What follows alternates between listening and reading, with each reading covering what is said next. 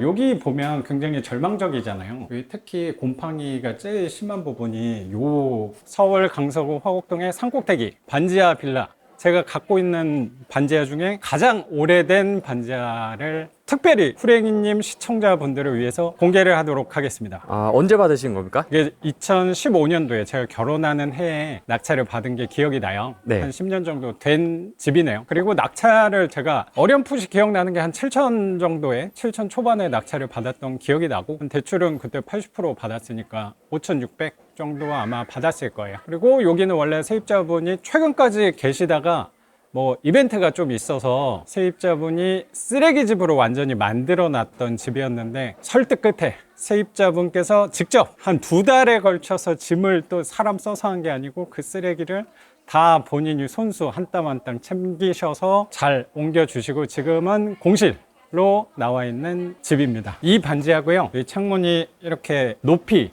나와 있는 그래도 꽤 높은, 많이 묻혀 있지 않는 반지하라고 생각은 들어요. 갖고 있는 집 중에서 제일 오래된 연식인데 이게 90년 초가 보존 등기일 거예요. 그러면 거의 이제 한 35년 된 낡은 빨간 벽돌 빌라. 가스 계량기가 이건가?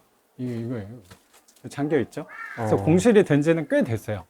사람이 안 산 지는. 그래서 집 내부 보면 처참한 상태일 거라고 생각은 저도 기대가 좀 되는데, 제가 겉에는 뭐 수리 돈을 많이 쓰지 않았는데 이 집은 또 굉장히 습기가 굉장히 많았어요. 습한 반지하였는데 그 습기를 잡기 위해서 제가 특별한 장치도 해놨거든요. 네.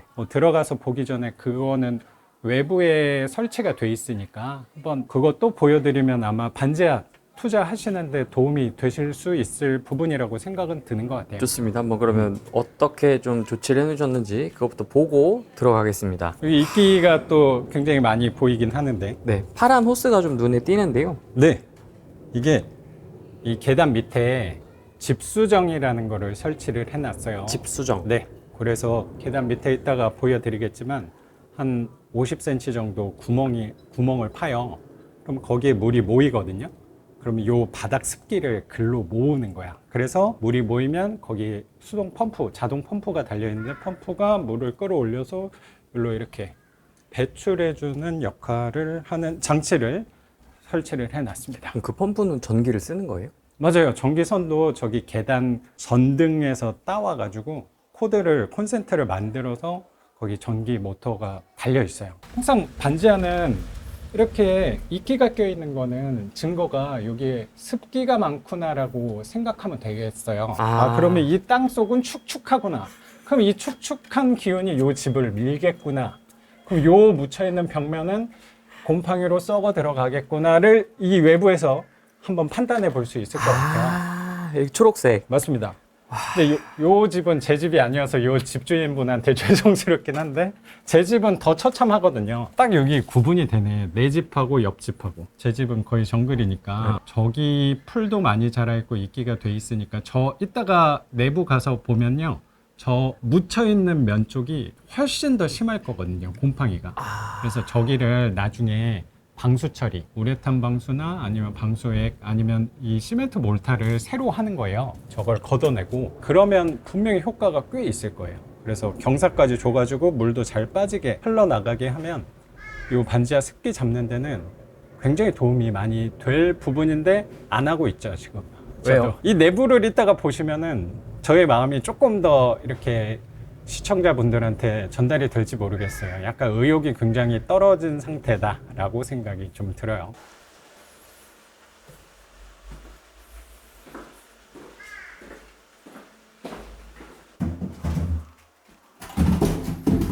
보면 펌프가 있죠? 네. 펌프가 보면 물이 좀 고여 있어요. 이 바닥 습기가 여기로 모이는 거거든요.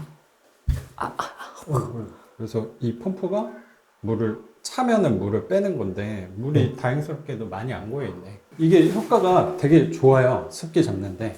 그럼 이 독을 판 거예요? 맞아요. 그래서 여기 시멘트면이니까 또 파기가 되게 어렵긴 한데, 네. 설비하시는 분들 찾아보면 한 100만 원 초반이면 해주는 분 있을 거예요. 그래서 여기 전기 따는 것까지 해야 되니까 네. 한 1, 20만 원 더 생각해야 좋겠어요. 센서 등이랑 전기는 따와가지고 한 거니까. 이게 원래 이 정도 이렇게 관리가 안 돼 있는데 이 정도보다 훨씬 컨디션은 안 좋았던 집이긴 하거든요. 원래 냄새도 많이 났고. 원래 여기도 또 쓰레기가 완전 난리가 나 있었는데 이 옆집 분이 낙찰 받고 여기 정리도 다 해주시고 여기 페인트까지 새로 해주셨더라고요. 너무나 감사한 분. 따로 인사드리진 못했는데 다음에 뵈면 그때 인사 한번 드리면 될 것 같아요.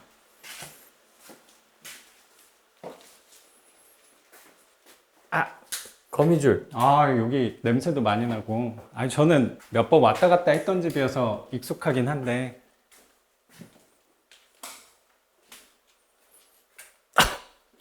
전체적인 컨디션은 처참한 상태죠. 이렇습니다. 네. 그 공실로 놔둔 지는 얼마나 되신 거예요? 공실로 제가 의도해서 놔둔 건 아니고, 원래 세입자분이 여기 제 나이 또래 여성분이 거주를 하셨어요, 혼자. 근데 임장하면서 이 동네를 자주 오다 보니까 한 2, 3년 전부터 여기 가스관이 지나갈 때 한 번씩 보는 거예요. 일부러 제가 찾아온 게 아니고 2, 3년에 한 번씩 한번 봤는데 가스 계량기가 잠겨 있어서 월세는 잘 주시는데 빈집인 것 같은 느낌이 되게 들더라고요. 근데 제가 한 올해 초쯤에 세입자분한테 연락을 드렸는데 여기를 너무 방치해 놓고 계신다는 느낌이 들어서 연락을 드렸더니 안 살고 계신다고 하더라고. 그래서 한번 내부 좀 보자 한번 말씀을 드렸더니 여기가 온통 쓰레기가 덮여 있었어요. 되게 외모는 멀쩡하게 생기신 분이었는데 그렇게 쓰레기를 여기다가 다 두고 계셔가지고 저도 굉장히 충격을 많이 받긴 했어요. 근데 항상 충격을 받고 거기서 내려놓으면 요거 내 집인데 누가 해줄 사람도 없을 거잖아요, 조치를. 그래서 세입자분한테 계약 해지 제가 통보를 하고 요 집 사실 사람을 써서 제가 돈으로 그 보증금 남아있는 돈으로 처리를 해도 되는데 그렇게 하기보다는 직접 좀 치우시라고 말씀을 드려서 거의 한 2달 정도 만에 그래도 요 정도면 굉장히 쾌적해진 상태가 아닌가. 왜냐면 이제 수리는 할 수 있으니까 라고 생각은 들어요. 여기 거실까지 원래 쓰레기가 쌓여 있었는데 지금은 그래도 짐은 쓰레기는 없으니까. 그리고 여기가 이 세입자분께서 오래 짐을 두시면서 거의 뭐 쓰레기장으로 사용하신 창고로 이렇게 사용하셨던 느낌이 저는 들어요. 거주는 안 하셨으니까. 근데 사람이 살지 않다 보니까 거기 관리가 좀 안 돼 있는 모습들이 보였던 게 여기 특히 곰팡이가 제일 심한 부분이 요 방인 것 같은데. 이거 화면에 잘 안 나길 것 같긴 한데 불 켜도 돼요? 네, 괜찮을 것 같아요. 여기 보면 여기가 다 썩어 있거든요. 이게 고질병이 누수가 생기는 면이 이거는 뭐 곰팡이가 덮여 있는 게 제 생각에는 누수 때문에 생긴 거라고 생각은 들어요. 이 방하고 옆에 맞닿아 있는 공간이 화장실이거든요. 근데 화장실에 항상 누수가 많이 생기는 게 항상 화장실은 물을 쓰는 공간이다 보니까 항상 하자가 누수가 생기는 곳이 2가지.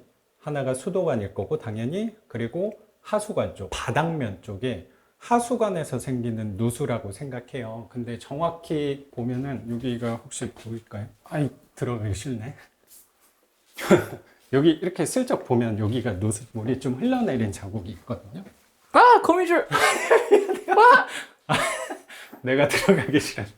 물자국이 좀 있잖아요. 네. 그래서 아마 여기에 하수 배관 아니면 뭐 수도관일 수도 있고 여기 방수층이 또 잘 오래된 집이니까 깨질 거잖아요. 그래서 물을 쓰시면 거기서 조금씩 흘러내려서 여기에 물이 차니까 아까 맞닿아 있는 면에 물이 스며들면서 또 사람도 안 살아. 그러니까 곰팡이가 저렇게 퍼져 있는 거라고 저는 판단을 하고 있거든요. 그래서 위층에 말은 해놨어요. 근데 제가 뭐 사람 불러서 조치하는 거에 대해서는 저도 협조를 좀 구해야 되는 부분이 있다 보니까 지금은 좀 두고 날씨 좀 선선해지면 수리를 할까 생각을 갖고 있습니다. 여기는 얼마에 받으셨던 거예요? 그럼 아까 그 당시? 7천만 원 초반에 제가 낙찰을 받았어요. 근데 저는 이게 갖고 있는 지 이제 10년 정도 된 거고 원래 기존의 세입자분은 500에 40에 세입자를 월세를 받고 있었고, 근데 저는 최근에 희망을 하나 얻었던 게 어떤 부분이냐면 저 옆집이 아마 올해 초인가 경매로 나갔어요. 저 집도 오랫동안 비어 있었거든요. 근데 저 집이 저보다 1,000만 원 비싸게 낙찰을 받아가는 걸 보고 그래도 10년 지났지만 내가 싸게 샀구나. 1,000만 원 의미 없는 돈이라고 할 수도 있겠지만 저보다 10년 전에 산 가격보다 비싸게 낙찰이 됐으니까 그래도 저는 마음의 위안이 좀 되지 않았나라는 생각도 드는 것 같아요. 또 거기서 희망을 보셨군요. 희망거리를 여기 보면 굉장히 절망적이잖아요. 그래서 저는 항상 노력하는 게 제가 살기 위해서 희망적인 부분을 자꾸 찾아내야 되는 거 아닌가. 그게 우리 투자자의 몫이 아닌가라고 생각하고 살아가는 것 같습니다. 이쪽 방이 그래도 제일 쾌적한 부분이라고 생각하는데 여기 입구 들어갈 때마다 거미줄이 이렇게 자꾸 걸리네? 그래서 여기 면은 그렇게 심한 건 아니니까 아까 정글이 있었던 부분하고 맞닿아 있는 면이 거기가 땅 속으로 습기가 스며들 거니까 아까 요쪽 면하고 딱 땅 묻힌 밑으로가 더 심할 거예요. 그러면 아까 이끼 있는 부분이나 우리가 외부에서 증거를 좀 찾았잖아요. 풀이 좀 돋아나 있다거나 하는 부분들의 습기가 이 묻혀 있는 벽면에 습기를 밀다 보니까 거기에 곰팡이가 더 심한 거 아닌가라고 생각은 좀 들어요. 지금 한다면 이런 거 낙찰 받으십니까? 안 받으십니까? 지금 별로 하고 싶지는 않아요. 근데 이 집은 제가 갖고 가기로 한 집이니까 어떻게든 처리를 또 해야 되지 않을까 생각은 들어요. 이런 집은 네. 생각보다 걱정스러울 거라고 생각하는데 걱정스럽지 않다는 얘기가 아니고 생각보다 이런 집은 마음이 편해요. 왜냐면 고민스러운 게 하나도 없어요. 그냥 다 수리예요. 그냥 이거 살려야 되나 말아야 되나 그런 고민할 게 없기 때문에 오히려 여기는 다 수리하면 되니까 화장실도 한 번도 손 안 댄 화장실인데 여기도 화장실 당연히 올수리 하면 되는 거고 뭐 도배장판이랑 외부 방수랑 위층 누수만 잡으면 그리고 뭐 싱크대 도배장판은 페인트 정도만 하면 제 생각에 전체 다 하더라도 1,000만 원 이하로는 충분히 할 수 있을 거라고 생각하거든요. 낙찰 받았을 당시에 세팅은 어떻게 하셨어요? 뭐 도배만 하셨어요? 그때는 도배했고 이런 부분을 보면 페인트가 허접해요. 요런 페인트나 요 문짝이나 보면은 이때는 제가 다 수작업 할 때여서 제가 페인트 사다가 페인트 칠 정도 하고 뭐 등 같은 것도 제가 달았어요. 등은 인터넷에서 사면 제일 싸니까 한 2만 원 돈 아래로 저 LED 등 살 수 있거든요. 그리고 그때 했던 게 저 싱크대 그래도 인조 대리석 넣어가지고 좋은 놈으로 했는데 이렇게 또 망가지니까 좀 저 싱크대가 마음 아프긴 하네요. 근데 만약에 싱크대 혹시 할 때 이 인조 대리석은 좋잖아요. 그래서 싱크대 인조 대리석 가격이 비싸다 보니까 얘는 좀 살릴 생각도 있어요. 하면은 그래도 한 50만 원 돈은 싸게 할 수 있을 거니까. 그럼 어떻게 살려요? 이런 경우에는? 싱크대 기사님들도 여기 장을 짜주시는 팀이 있고요. 대리석 하시는 팀이 따로 있어요. 그래서 그 보통 싱크대 업체, 싱크대 공장들도 하는 걸 보니까 요 팀, 장 짜는 팀 따로 있고 인조 대리석 상판 올리는 팀이 따로 있더라고요. 그래서 요것만 빼고 하면은 딱 그 가격 빼고 조금 더 저렴하게 할 수 있으니까 뭐 제 생각에 요 기역자 하는 데는 한 100만 원은 안 될 거예요. 요 장만 짜는 데는. 한 7, 80이면 충분히 할 수 있지 않을까? 그리고 연장도 짧다 보니까. 그리고 싱크대에서 제일 비싼 부분이 이게 꺾이면 비싸요. 근데 꺾이면 비싸는 게 장 짜는 게 비싼 게 아니고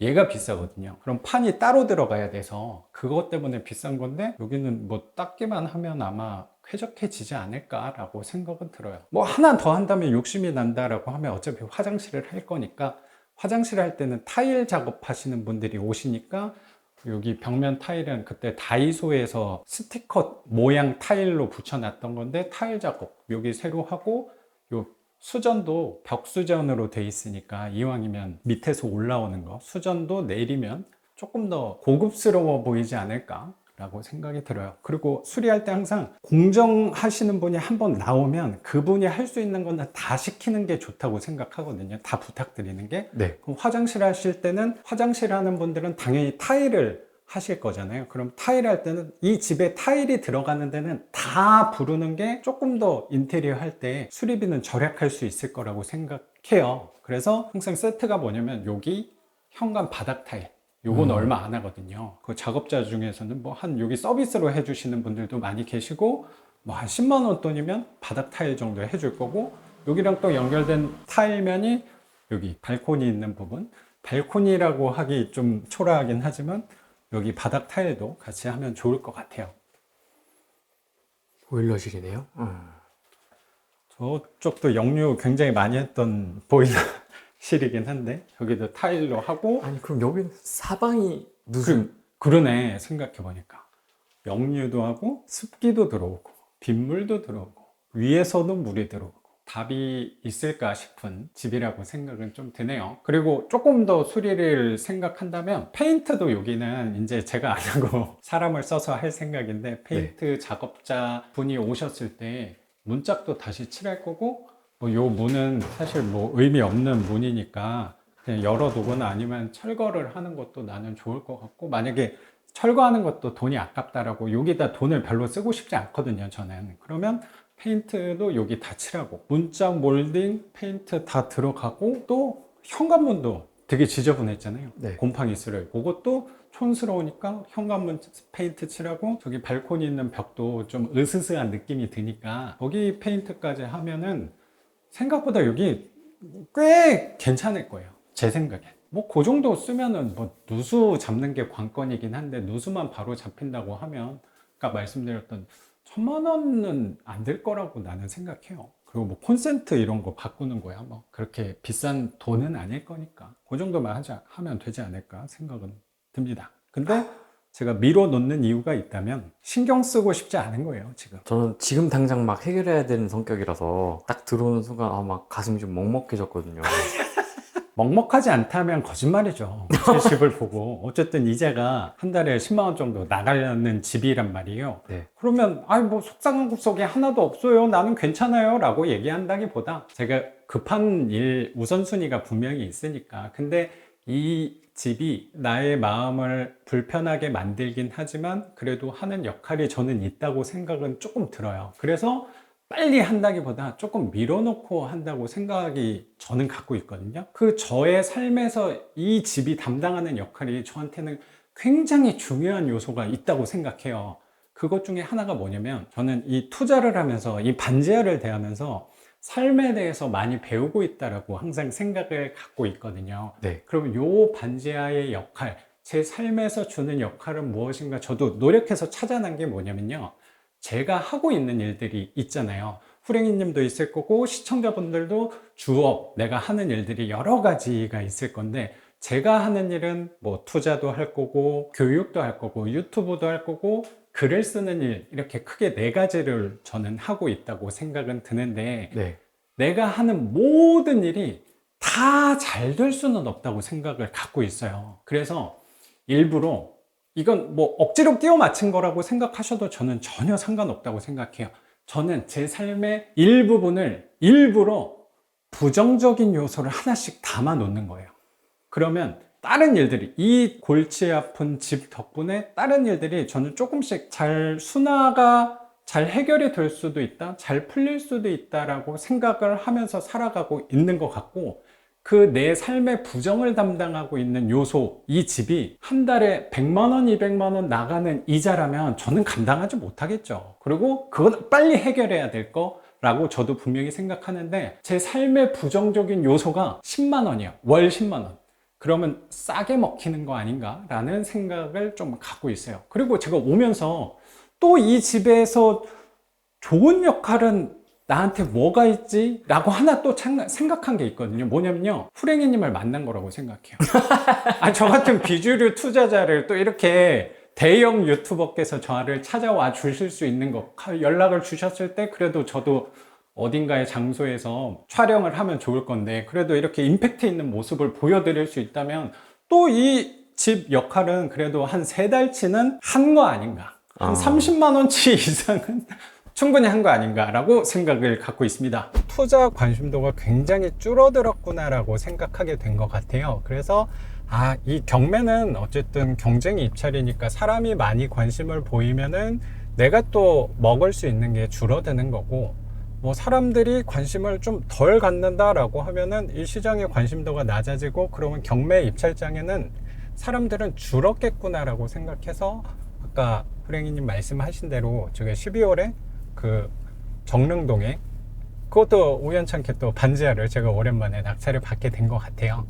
12월에 낙찰 받아서 그 기존 채무자분이 살고 계셨는데, 그분하고 재계약 상황이 어려우셔서 바로 이사를 못 가니까 제가 굉장히 저렴하게 해서 재계약을 지금 1년 정도 조건으로 살고 계시긴 하는데, 네. 뭐 어제도 뭐 잘 월세는 주셨어요. 그리고 뭐 말이 나온 김에 제가 그 이후에도 꾸준하게 투자를 한 게 그 정릉동 집이 40번 집이었고, 올해 제가 2월달, 3월달, 4월달 해서 세 채를 또 낙찰을 받았어요. 현재 갖고 있는 거는 굳이 뭐 카운트를 하자면, 저는 또 보여주는 일도 하고 있기 때문에 항상 또 정확히 카운트를 하고 있는데, 채수를. 맞습니다. 그래서 지금 제가 갖고 있는 게 43채를 갖고 있고, 그 올해 초에 낙찰받은 세 채는 두 채는 명도가 됐고, 한 채는 새로운 세입자 한 2주 전에 받았고, 거기는 경기도 부천에 제가 원룸을 하나 받았거든요. 그거는 최근에 세입자가 들어왔고, 또 42번 집은 면목동, 중랑구 면목동에 중랑구 맞죠? 네. 중랑구 면목동에 또 거기도 채무자분이랑 재계약을 해서 거기도, 그리고 딱 하나 다다음 주에 이제 그 세입자분이 이사를 가신다고 해서 이제 그 집도 정리해서 내놓는 걸로 계획하고 있습니다. 근데 제가 재밌다고 아까 말씀을 드렸던 게 그런 부분 같아요.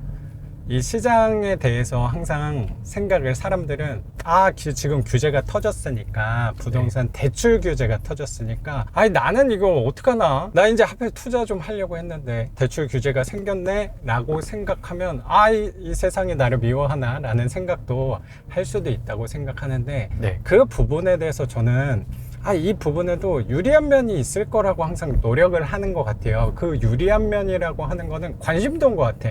항상 이건 경쟁 입찰이다 보니까 관심도가 줄어든다라고 하면은 내가 싸게 살 수 있는 기회는 분명히 늘어날 수 있다고 생각이 들고, 하나 더 제 안에서 굉장히 재밌는 부분은 저는 뭐냐고 생각하냐면, 제 나름대로 이 빌라를 가지고 대출을 받아서, 경매로 낙찰을 받아서 대출을 받아서 월세로 꾸준히 갖고 오다 보니까 제 안에서는 한 가지 물건에 대해서 꾸준히, 집도 팔지 않고 꾸준히 갖고 있었고, 또 같은 종목으로 제가 시세 차익을 노린다거나 아파트, 토지, 상가, 근린생활시설, 그리고 뭐 지식산업센터, 이런 다양한 분야의 부동산을 하는 게 아니고 오로지 빌라 월세 투자만 이렇게 꾸준히 하다 보니까 되게 재밌는 현상이 저 안에서는 어떤 일이 벌어졌냐면, 이거는 뭐 종종 제 영상, 제 유튜브에서도 말씀을 드렸던 부분인데, 저는 한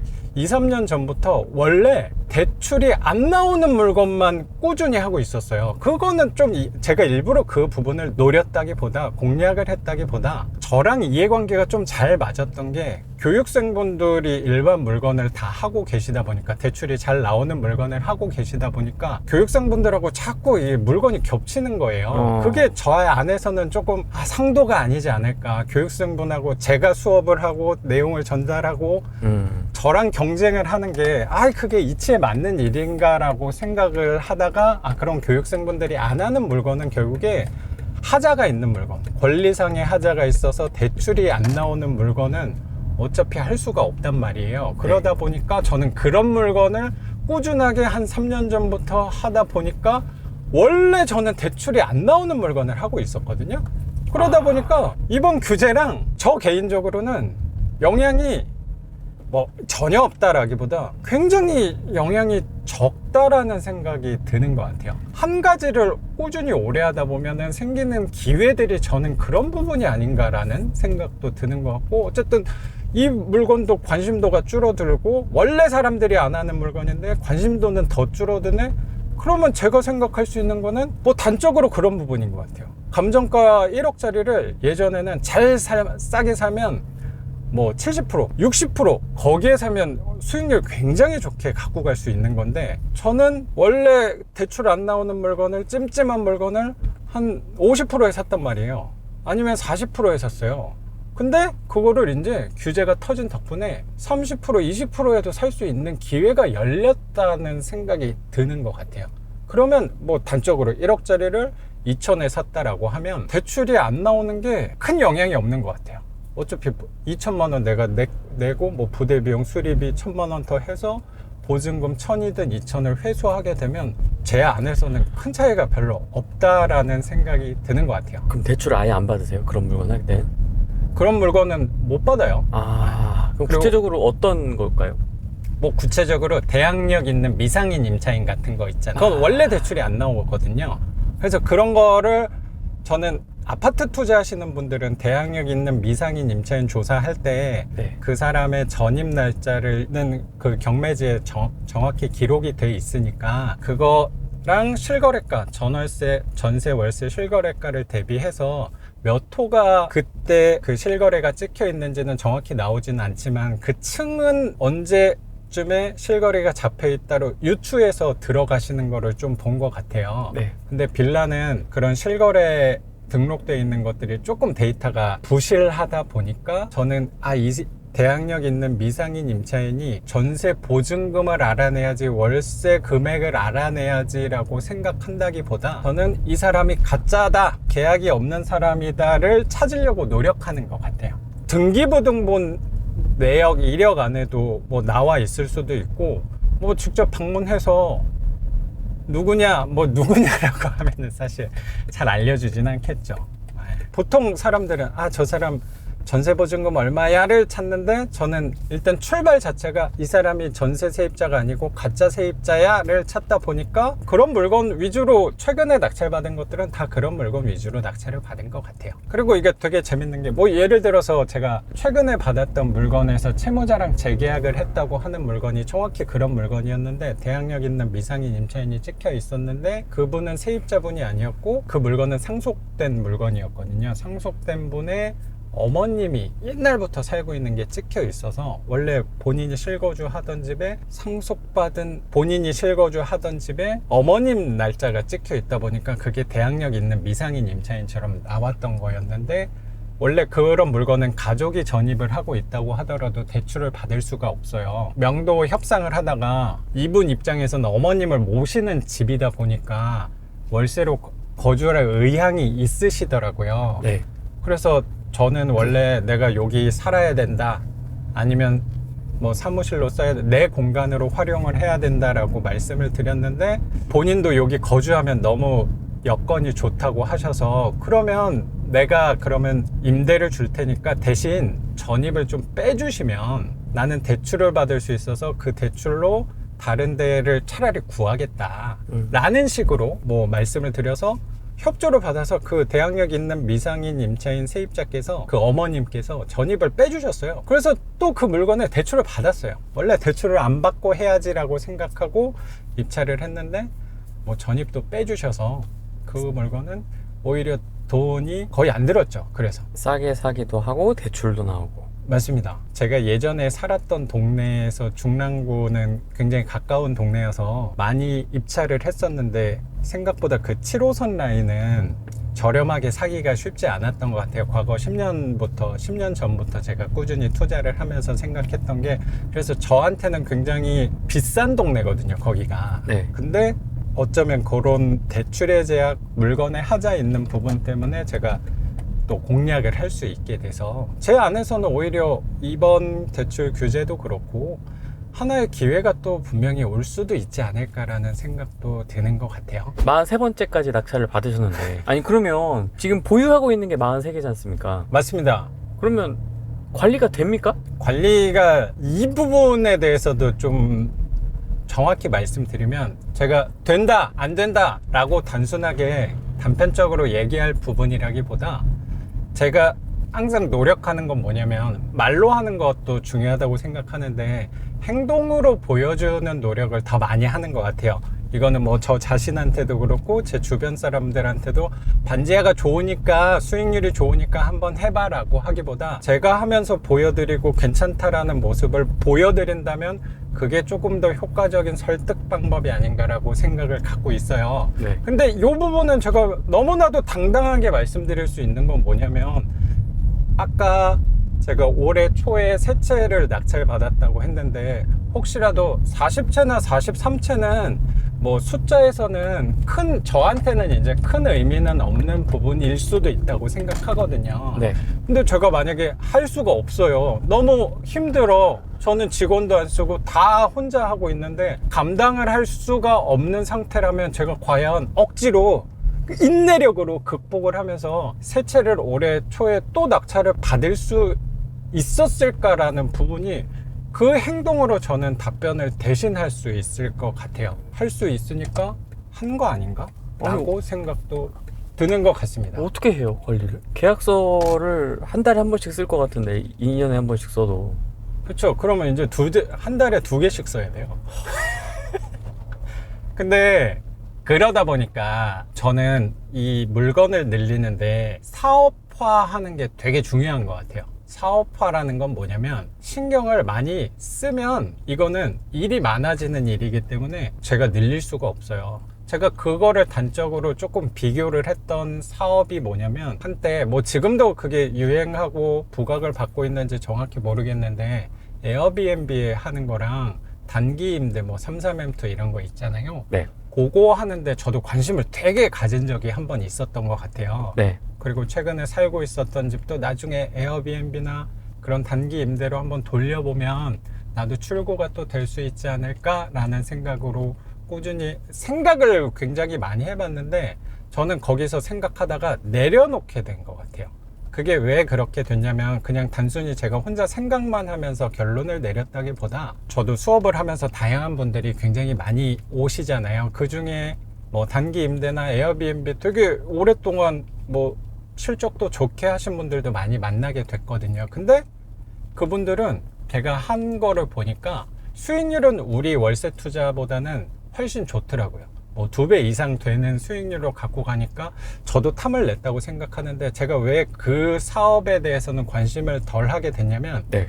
에어비앤비를 40개는 못 해요. 그거는 관리 측면도 있고 법리적인 측면도 있기 때문에 늘려나가는 게 제한이 되더라고요. 관리적으로는 외주를 주면 안 돼요? 그렇게 생각을 뭐 청소나 아니면 뭐 다 외주를 써서 하실 건데 그게 저는 항상 생각하는 게 뭐냐면 그 광고하시는 뭐 저도 어떤 면에선 광고하는 사람일지 모르겠는데 광고하는 사람들의 말도 뭐 어느 정도 일리는 있겠지만 저는 노력하는 게 실제로 해본 사람한테 이왕이면 듣고 더 귀를 기울이려고 노력하는 것 같아요.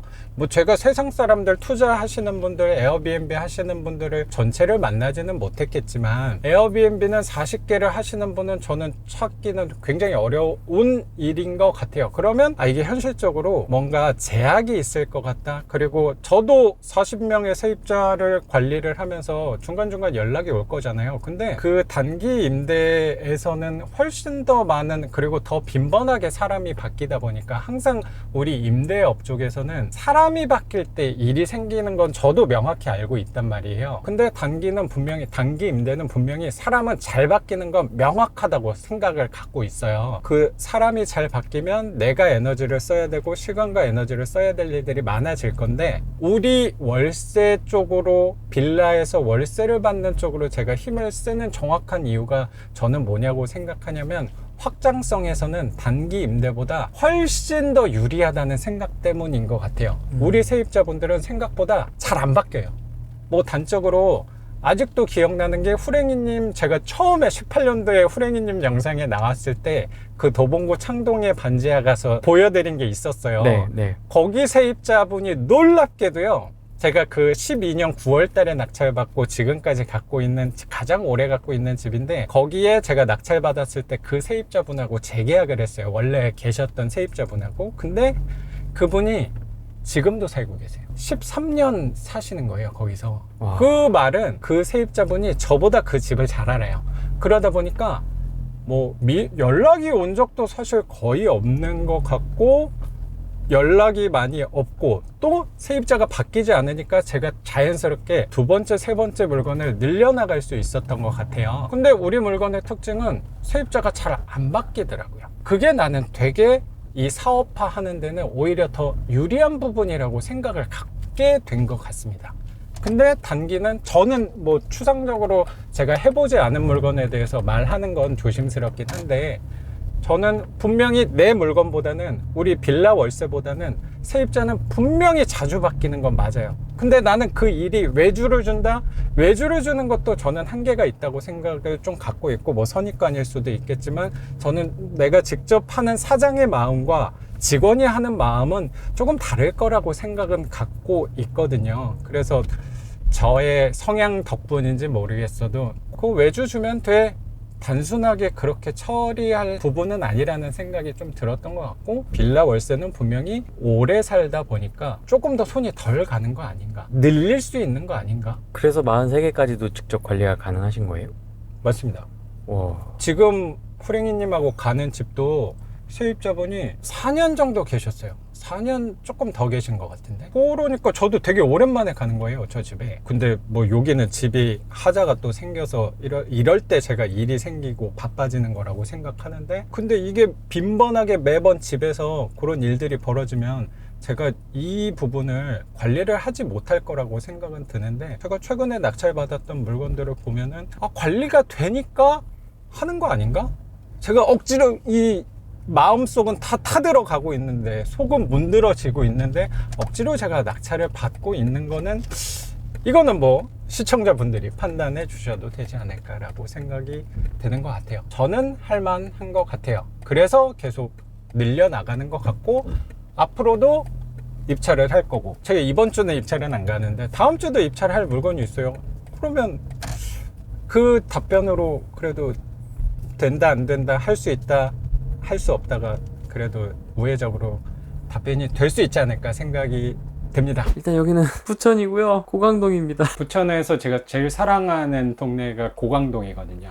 아직 미개발 상태로 남아있는 우리 빌라 투자자한테 희망과 같은 동네가 저는 고강동이라고 생각을 갖고 있어서. 근데 여기 온 이유는 세입자분한테 제가 당연히 동의는 받고 들어온 거고, 비밀번호도 주셔서 제가 여기 왔는데, 여기 보면 원래 세입자분이 좀 연세가 있는 분이 지금 살고 계시는데 한 4년 정도 계신 걸로 제가 알고 있어요. 요 물 떨어지는 거는, 그리고 요 물 떨어지는 것 때문에 세입자분이 나가신 건 당연히 아니고, 여기 짐도 남아 있는 게 요분이 좀 연로하신 분이 거주를 하고 계셔서 뭐 병원에 계신다고 제가 어저께 그 세입자 따님한테 전달을 받았거든요.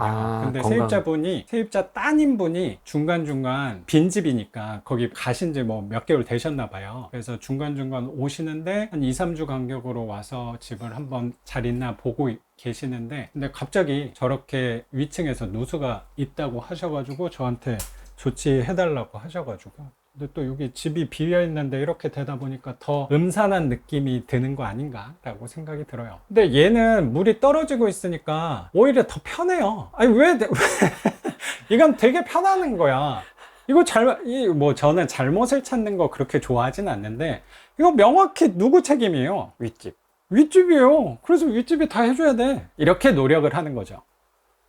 나도 마음이 불편하다. 내 마음이 졌는데? 제 마음도 적고 있긴 하지만, 이때 냉정하게 이거는 누가 해야 될 것인가에 대해서 생각을 해보면, 우선은 윗집에서 누수를 당연히 체크를 해 주셔야지 될 것 같고, 명백하게 이게 물이 혹시라도 안 떨어지고 있으면 또 윗집에서 발뺌하시는 경우 굉장히 많거든요. 근데 저렇게 떨어지고 있는 걸 보면 내 집 아니야 라고 하기가 오히려 되게 어렵지 않을까. 이 되게 어렵지 않을까라고 얘기하는 이유가 뭐냐면, 아파트 하시는 분들이랑 빌라랑 좀 차별성이 저는 뭐냐고 생각하냐면, 이 하자가 생겼을 때 어려운 거는 그냥 돈을 쓴다 개념이 어렵다가 아니에요. 위층에 협조받는 게 굉장히 어려워요. 빌라는 발뺌하는 경우 굉장히 많거든요. 물이 떨어지는데 당신 집에서 그런 거 같아, 우리 집 아니야 라고 얘기하시는 분들이 굉장히 많아요. 얘는 왜 조금 더 유리하다고 생각하냐면, 지금 마른 날이잖아. 오늘 비도 안 오는 날인데 지금 물이 떨어진다는 거는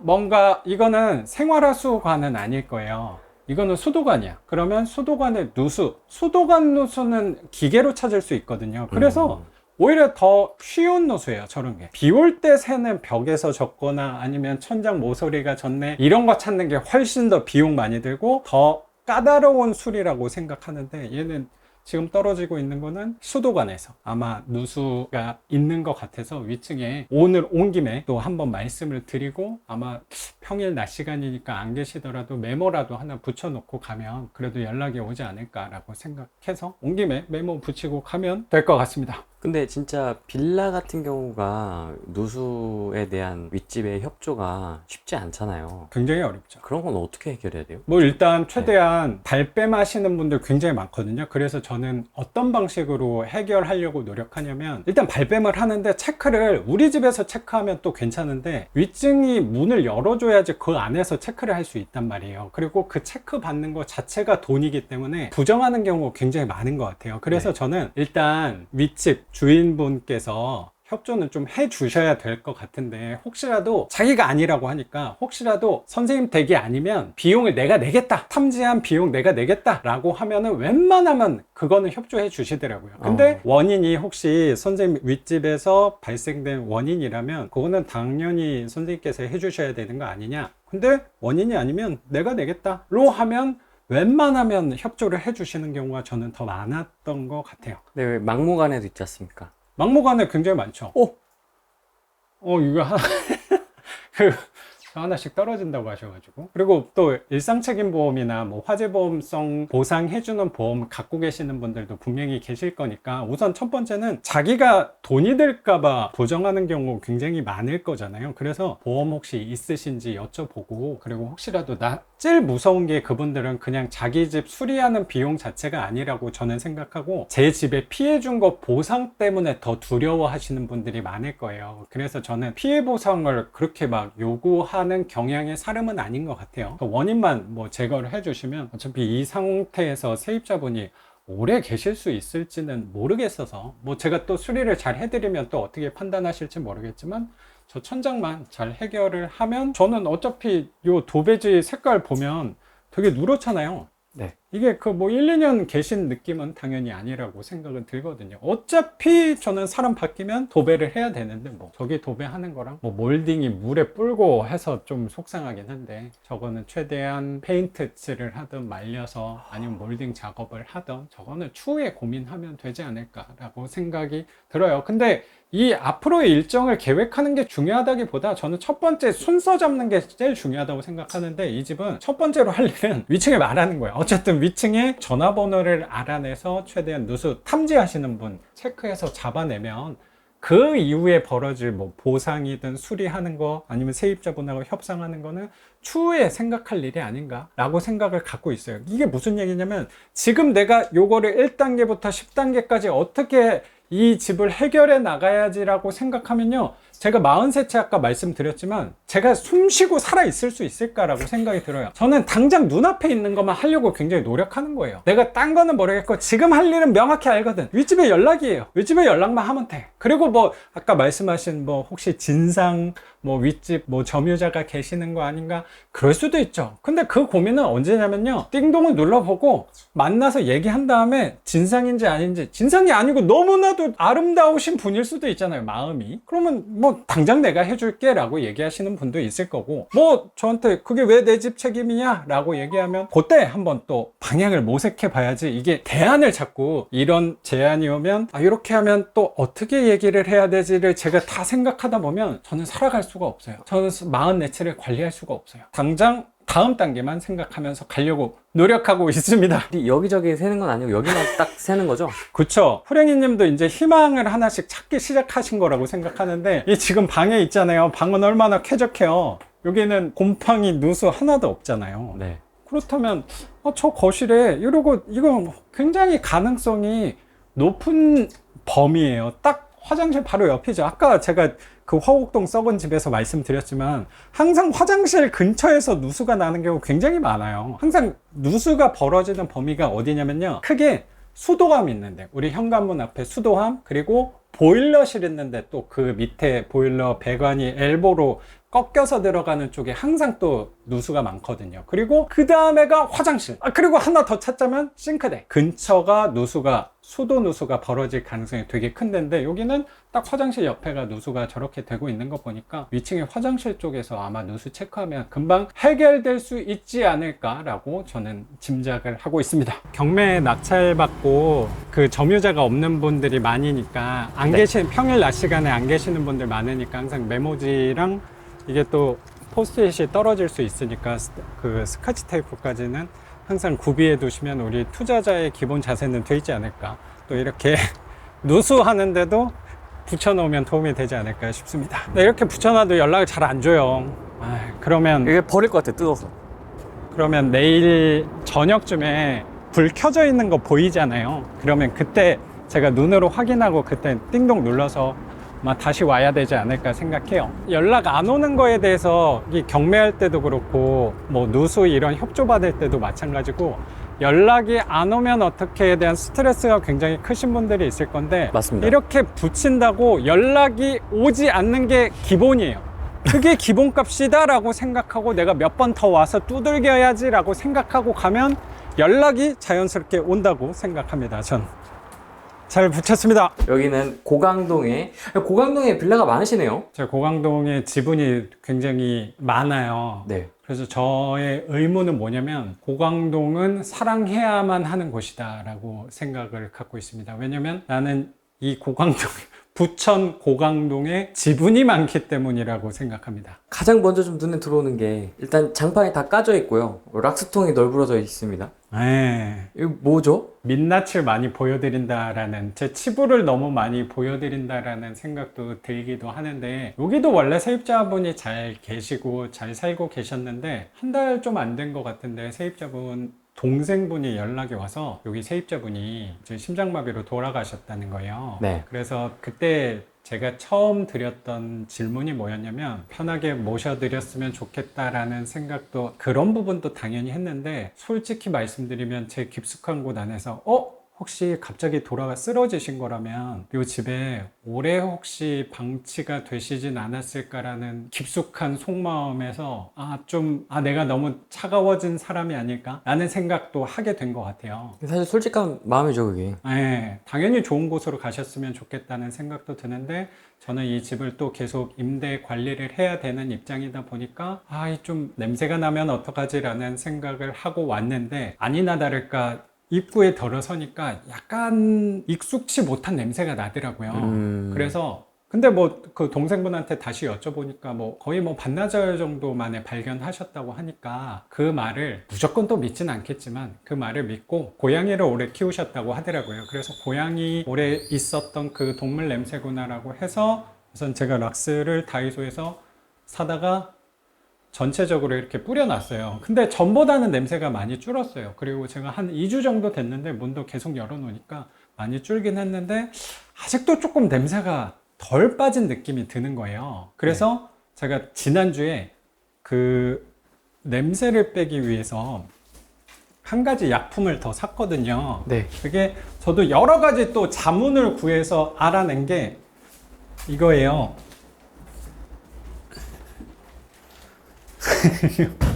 EM 활성액?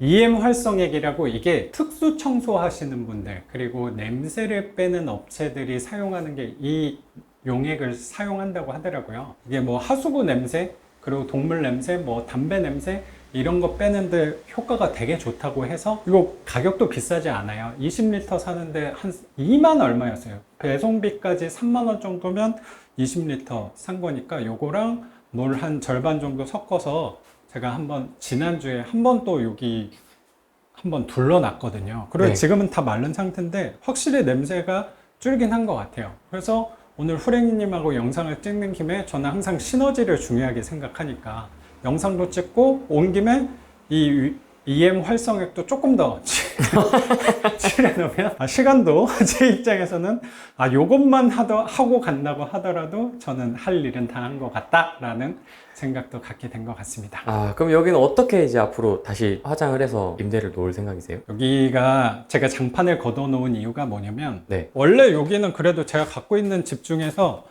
컨디션이 나쁘지 않은 집이에요. 근데 여기가 좀 곰팡이도 되게 많이 보이고, 원래 이 곰팡이도 원래 더 심했는데 지금 많이 줄어들었네요. 환기를 해 놓아서 그런 거라고 생각하고, 요 밑에 부분이 다 썩어 있는데 저게 딱 장판 걸레바지까지 올려서 장판을 시공을 해 놓은 거였는데 저기가 이렇게 덮여 있다 보니까 여기 습한 집의 전형적인 모습이 저거라고 생각은 들거든요. 근데 저도 습한 집 경험을 많이 했잖아요. 근데 얘는 습한 집이라고 하기보다 옆집에 이 공용 수도관이 터졌었어요. 이 건물에. 그래서 이 경사가, 이게 제게 1호고 저 옆집이 2호인데 경사가 이렇게 돼 있나 봐요. 그래서 이 2호 라인이 더 낮아요. 낮은 데 위치하고 있어. 그래서 수도관 터졌을 때 지하에서 터진 물이 다 방류가 된 게 저 옆집으로 다 고였었나 봐요. 네. 그래서 그 옆집은 사실 거기 물이 거의 침수가 돼 있는 상태다 보니까 살지 못하고 나가시긴 했고, 뭐 그것 때문에 우리 건물 사람들이 돈 걷어서 또 지원도 해드리고 했거든요. 근데 그 습기가 땅속에 묻혀 있다 보니까, 그리고 제 집은 장판이 덮여 있잖아요. 그럼 습기가 넘어와서 장판을 만나면 이 습기가 절대 마르지 않거든요.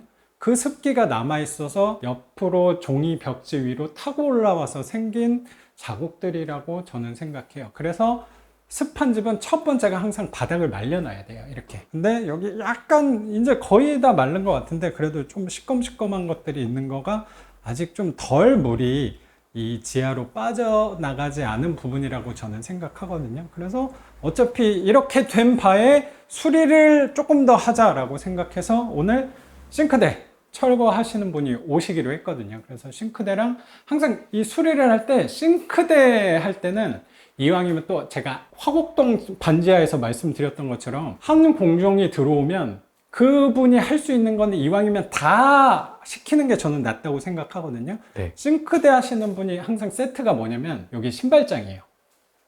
그래서 뭐 마침 신발장도 오래됐잖아요. 네.